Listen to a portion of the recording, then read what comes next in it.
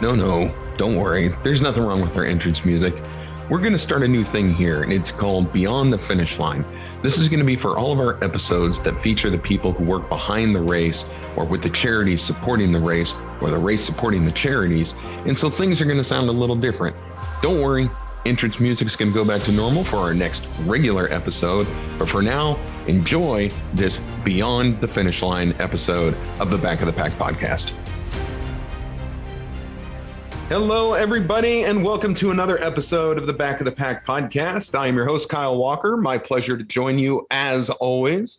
We are brought to you by OKKC Sports, and thank you very much for joining us. We have an awesome episode today. I'm super excited for you guys to hear this. We have not one, but two guests with us today, so I'm really excited. These are the good folks from Braden's Hope for Childhood Cancer. And so we have the president, and this is Deliece Hoffman. I hope I got your last name right. Hey, nice to see you. Thank you so much for joining us. And then we've talked about it before. We've mentioned it a few times. One of the charitable benefits to this cause for Braden's Hope is the Hope on the Hill 5K and 10K that is run in September on September 18th. And we have the race director with us, and this is Will Miller. Will, hello, buddy. Hey, sir. How are you? Oh, hanging in there. It's good to see that you've recovered since Hospital Hill. Oh, man. I still got ice packs on my knees from Saturday. Yeah, I can relate. I understand this completely.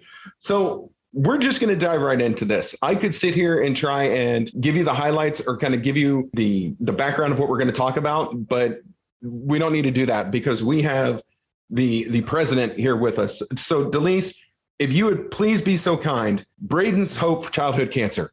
It's your baby. Go. Absolutely. So Braden's Hope for Childhood Cancer is an organization that raises awareness and funds for research treatments for childhood cancers. We started because our son Braden was diagnosed with cancer when he was 3 years old. It was a form of cancer called neuroblastoma, and it's a particularly lethal kind of childhood cancer. And so his survival rate was about 30% for over 5 years was his chance. And we thought that was kind of miserable and really scary. And we went through about a year and a half of treatment with him. And we thought we had it beat.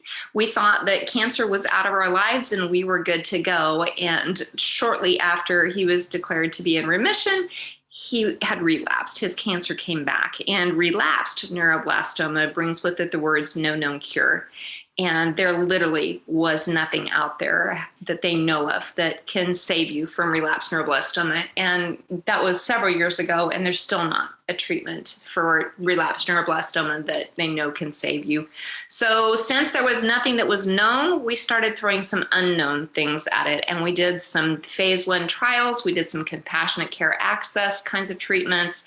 We got really lucky, and we got him into a second remission. About 3 months after his relapse, though, I was diagnosed with breast cancer. And so two of us were fighting cancer in two different locations here in Kansas City, both of us with bald heads walking around. And I will tell you that he was far braver and far tougher than I ever was. But I got through my cancer, and I'm fine now. But what I will never forget is sitting in my oncologist's office and her saying to me, so we know that because this is what started your cancer, that we're going to give you these drugs and these treatments, and that's going to shut that pathway down, and your cancer will not continue to be a problem for you. And so you've got like an 86% chance of survival. And I was like, hold up, wait. I have a 5-year-old at home who has a less than a 10% chance of survival, and we have no known cure for him. And I don't understand how that's even possible. And she said, well, there's different types of research for different types of cancers. And I'll be honest, I just thought that cancer research was cancer research. I didn't realize that it was divided up by type and by whether you were an adult or a child. And so what I found out after doing a bunch of research was that the breast cancer alone receives about 12% of the National Institute of Health's budget for cancer research. And I'm so grateful because it saved my life. Mm-hmm. But all childhood cancers combined receive less than 4% of that budget for research. And I literally said, why is this happening and why isn't someone doing something? And I talked to my friends and we were all like, you're right. Why is somebody not doing something? We should do something because we're somebody. And so we started Braden's Hope for Childhood Cancer to fix just that, because there's not equitable funding for children. It's the number one killer by disease among children, but it receives so little funding. And like 80% of the time when a child is diagnosed, they're already at stage 3 or 4. That's only true 20% of the time with an adult. So we've got to do a better job for these kids. And so that's what we do. We've funded about $4.7 million in research so far here in Kansas City. And we're looking to do way more than that as we continue to grow. So I want to reiterate, because my jaw just hit my desk. 4% of funds gathered for cancer research goes to childhood cancer. That's correct? That is sadly correct. And you know what? I'll be really honest with you. It's not even the full 4%. It's less than 4%. So we one time had some kids and we had 100 pennies laid out. And I said, you can keep those pennies, except these pennies have to go to adults. And I moved over, 3 of them, and then I gave them back a half of a penny. And they were like, what? I mean, it's ridiculous to think how little money goes to our kids. It's literally pennies from every dollar. Wow, man, I'm sorry. I'm processing that. It's a lot to process, right? It really is. I've got to say that just is shocking, but just so I don't keep my mind wrapped on that. Braden today. How is Braden today? So, we're really lucky. And the stuff that was unknown that we tried actually put him in remission a second time from his cancer. And we thought we were okay again. And we went along pretty well until one day when we found out that he had developed a secondary type of leukemia that was actually caused by the treatments that he'd done. We don't know which one. We'll never know which one. But one of his treatments was actually so toxic that it deleted one of the chromosomes in his DNA, and it gave him a secondary form of leukemia. And there's only one way to cure that form of leukemia, and that's to have a bone marrow transplant and to get a donor's bone marrow. The problem is that even if you have one neuroblastoma cell still left in your body, when you do the conditioning chemotherapy in order to be able to accept those cells, the neuroblastoma cells can come back. And so there literally was no child that had ever survived this secondary form of leukemia after relapsed neuroblastoma. And they literally said to us, you just need to call hospice. Okay. We said, we don't think so. And so we started looking for a bone marrow donor, and we found a perfect match for him with his then 10-year-old brother, Zach. And so sibling matches are a really good thing. They are a much easier transition for the engraftment of the bone marrow. So we went ahead and tried the bone marrow transplant, and we thought, if we're going out trying. And we got really lucky. And today Braden Hofen is probably sitting 50 yards away from me, 17-year-old, going to be a senior next year in high school. And we didn't think he was even going to graduate from kindergarten. So we are very, very lucky. And we feel honored to be able to have Braden's Hope, so that hopefully more stories like Braden's can be the stories of others. That is so great. Just so great. And so you said he's 17 years old now. He is 17 years old. Oh my goodness. That's absolutely a miracle. And so Braden's Hope for Childhood Cancer, you guys do events, you raise funds. How much did you say you had just raised? Well, we have awarded about $4.7 million in research grants to date. So we are excited about, the difference we've been able to make. We have one of our studies that's here in Kansas City actually just made it into a pilot for a phase 1 study, which is a huge advancement for our kids. Not very many studies make it to a phase 1 study, about 1 in 1,000. And so to be at the pilot stage for that is huge for our kids. So we're actually got some really great research happening here in Kansas City between our partnership between Children's Mercy and KU and the Stowers Institute. Okay, that answers my next question. The hospitals you work with, so Children's Mercy, of course, and you said KU Med? Yep. Oh, that's great. Is there anyone else that you work with? Any doctors you want to give a shout out to right now? Because, man, it sounds like the medical aspect has done pretty well for you guys at times. We have really good researchers. The three primary investigators on the studies that we just recently funded that were $1 million studies each were Dr. John Perry. He's the one that has the pilot study going into phase 1 right now. And then Tomu Imakuma, who is the head of Translational Research Center at the CMRI. And then we also have Dr. Ninhat Faruqi is doing our third grant. They are amazing researchers. And I will tell you that we are lucky that we have researchers of that caliber here in Kansas City. The CMRI that we have downtown that's now the new building that's attached to Children's Mercy has been a big attractor for some really big talent. And then KU Cancer Center actually has their own drug development center in Lawrence, which is huge for our kids because big pharmaceutical industries don't want to make drugs for our kids. There aren't as many kids as there are adults, so it's not as lucrative. And that's not okay, but it is what happens. And so, since 1980, we've had 4 drugs that have been approved for childhood cancer treatments. There have been hundreds for adults during that same time. 4. But we have the Drug Development Center here in KU, and one of our grants that we're doing is a drug development grant because we're like, you know what? You don't want to do it? We'll find somebody who will. Oh my goodness. So Deliece, you guys have events that you do to help raise all these funds, and the amount that you've raised is amazing. And now that I know how little actually goes to childhood cancer research, it's just the more you can raise, the better, apparently. Tell us about some of the events that you guys do through Braden's Hope. Absolutely. So the first big event that we have is in August. It's called Callan's Course for Hope, and it is a golf tournament that is named after one of our Hope heroes, Callan, who had retinoblastoma, which is a type of eye cancer. And her family wanted to make a difference for other kids, and so they started this golf tournament, and all of the proceeds go to Braden's Hope. And it is really a fun golf tournament. It's out at Falcon Ridge. It's already sold out. They have never even had to put sales out because so many people have want to come back each year. It's really a fun tournament. And then we also have our Hope Gala, which is at the end of September, on the 24th of September this year at the Overland Park Convention Center. And so we'll have about 1,300 people that will be there. Our MCs for the night are children with cancer. They will all be up on stage. We'll have kids as young as 6 years old up to 17 years old that will be up on the stage doing the whole presentation for the whole evening. And if you ever wanted to get a feel for what it is that we do, they will definitely teach you that night. It is truly kind of a magical night. That's awesome. So, yeah, it is cool. And then the other one that we have is our 5K 10K, this will be our 4th year of having our 5K 10K. It's on September 18th this year at Corporate Woods. And I'll let Will tell you all about the course, but it's going to be a really cool running at Corporate Woods. It'll be a little bit different than what the typical Corporate Woods course is. There's no double loop for the 10K, which is really nice for those of us who do 10Ks that are like, I don't want to do it again.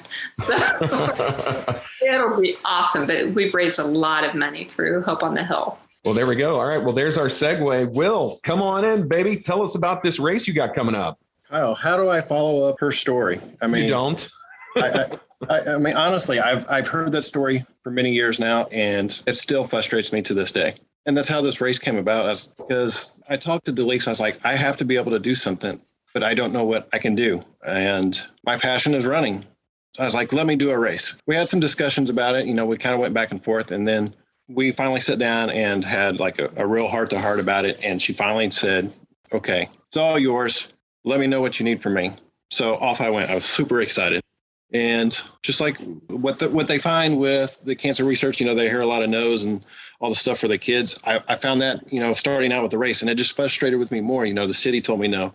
Timing companies told me no. And I was like, okay, game on now. I wanted to prove everybody wrong. 2019, we set up for our first year.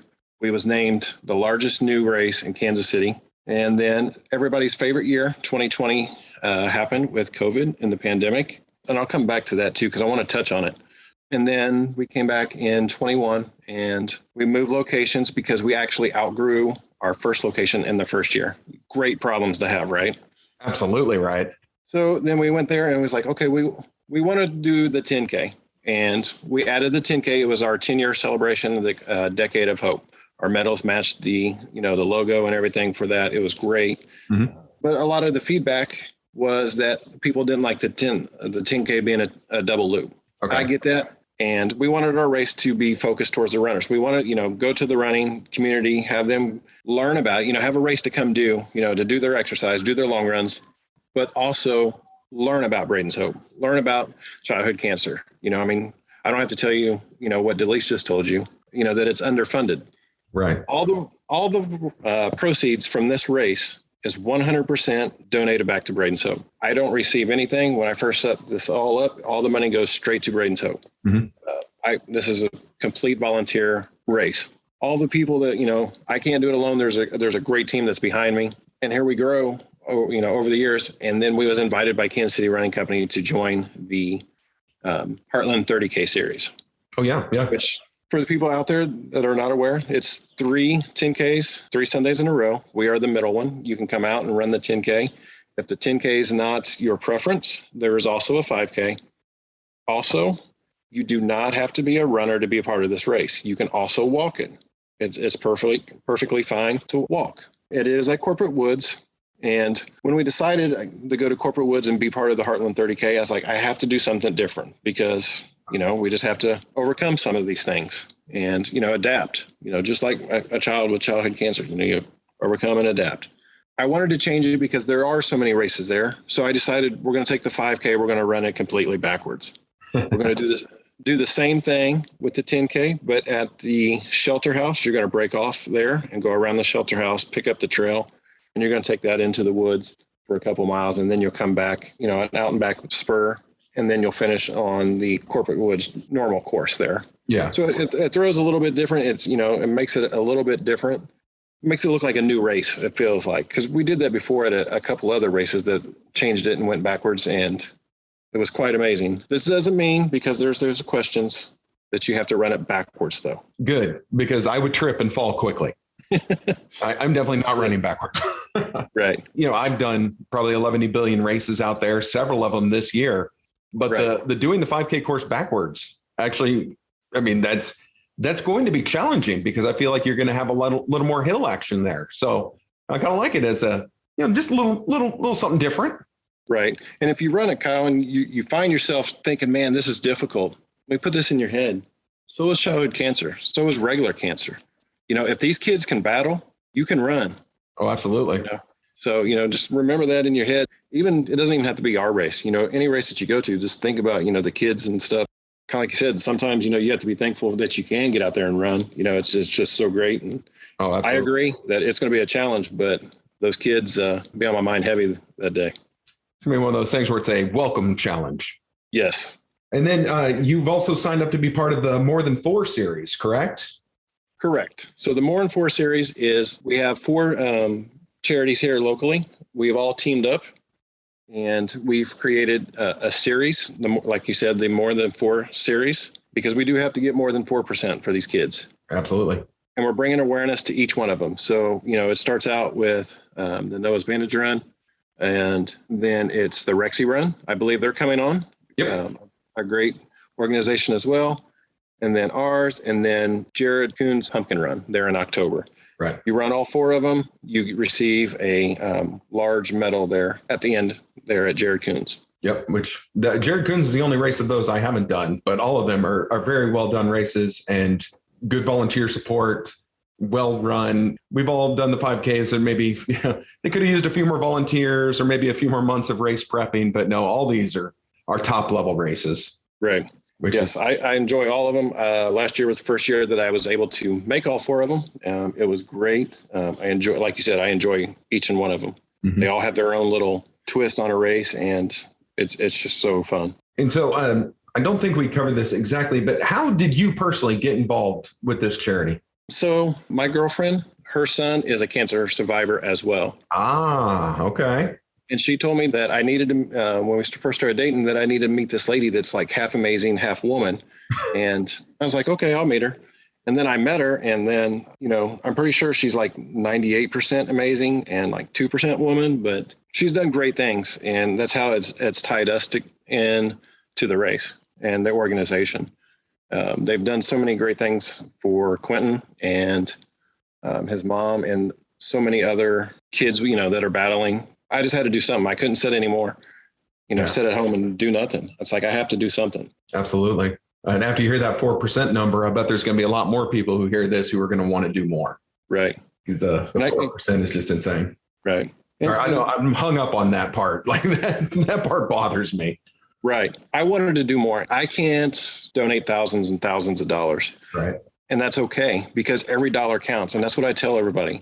If you're able to donate $1, through our race or through any of the events or through Braden's Hope, all that money is 100% going back into the research and stuff. So if you can't make this race, that day, or, the run or the walk is not your thing, go to hopeonthehillkc.com. Mm-hmm. It'll bring you to a landing page on Braden's Hope website, and I'll give you the link for that as well. And you can click the link for Hope on the Hill. There's a tab there you can hit donate. There are some preset donations you can do, or there's an other tab. Mm-hmm. Of course, we'd love to have $1 million. That'd be great. If we can get everybody to donate at least $1, that's just $1 more than we have. Right. So again, that's hopeonthehillkc.com. It'll take you to the Braden's Hope website.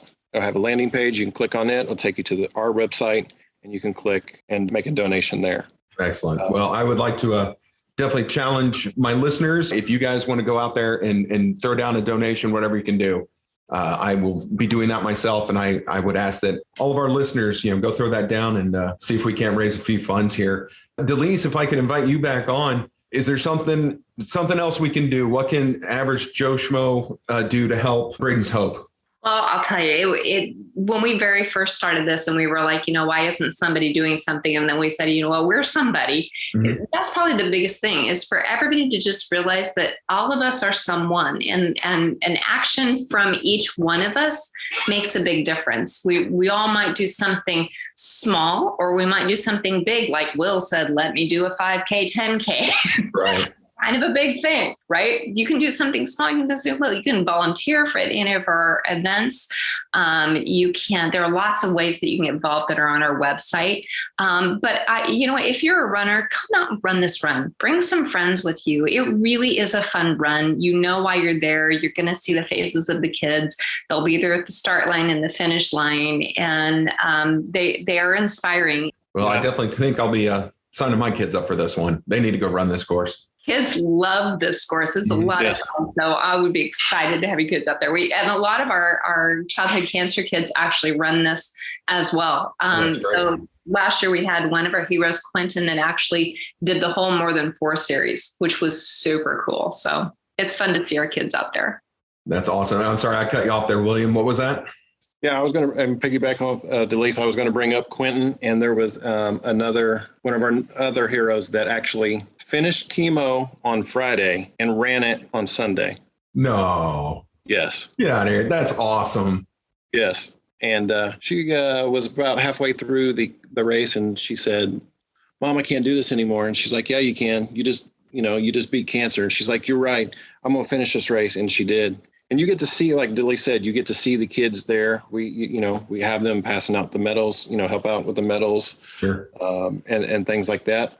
Also, one of our key things that we also do is we have a live feed from our race, because sometimes you just need a little bit of hope. Mm-hmm. And we invite some of our cancer friends to watch the videos, because they're either, at home or in the hospital and can't be out in the public. Right. Kind of like, and that's where I was going to go back with the year of 2020, this whole quarantine thing. It was a little bit of an inconvenience, for us. But this is a cancer life. They're quarantined all the time. Some of the times they can't even go outside. Even, you and I, Kyle, can go out and, put a mask on and go to the store. There's things that some of these kids, if they go outside, it triggers, and they have to go back in the hospital, and it may even kill them because their immune system's so down. Yeah, that really does kind of put the whole quarantine mask inconvenience, as you call it, of the coronavirus in perspective, doesn't it? Yes. Man. Well, all right. I want to thank you guys so much for coming on here. Like, this was, I learned more than I should, and at least enough to tick me off in some regards, that's for sure. But you guys are great. And I want to thank you both so very much for coming on here and sharing this. And I hope that, if anyone who listens to this, feels that move, then do something, volunteer, donate, sign up for the run, whatever we need to do. But I am sure that this show is going to touch a few people. Well, thank you for having us, Kyle. It's always great to see you and you get a chance to talk to you. We appreciate you helping spread the word and for all that you do in the community. Yes, thank you. We will have this episode out for everyone, and I'm going to definitely take it upon myself to champion this as much as I can, because it's definitely worth it. Everyone's going to be able to find some information about this on our website as well, www.backofthepackpodcast.com. We will have links. We will get information up, because that's why we have a great tech person and producer, Katie, who I've mentioned on this show before. And then I am already signed up for that race. I will be doing the 10K that day. It is my last official race before I go to Berlin for the marathon. I've got that one circled real big on my calendar, is the Hope on the Hill 10K. All right. Well, I think that's going to do it for this episode of the Back of the Pack podcast. I know we threw a lot at everybody, but I want to thank you so much for joining us. A huge thank you to our guest, Deliece and Will from Braden's Hope for Childhood Cancer. Make sure you get out there. Let's all sign up. Let's all register and be at the 5K or 10K on September 18th in Corporate Woods, Hope on the Hill. I want all the Back of the Pack listeners out there. I told you there's a few races that we got to put on our calendar. This is one. So let's get out there. Let's do our thing and show out big. So that's going to do it. Thank you, everyone. My name is Kyle. I'm your host as always. This is brought to you by OKKC Sports, produced by Katie O'Neill, and we will see you next week.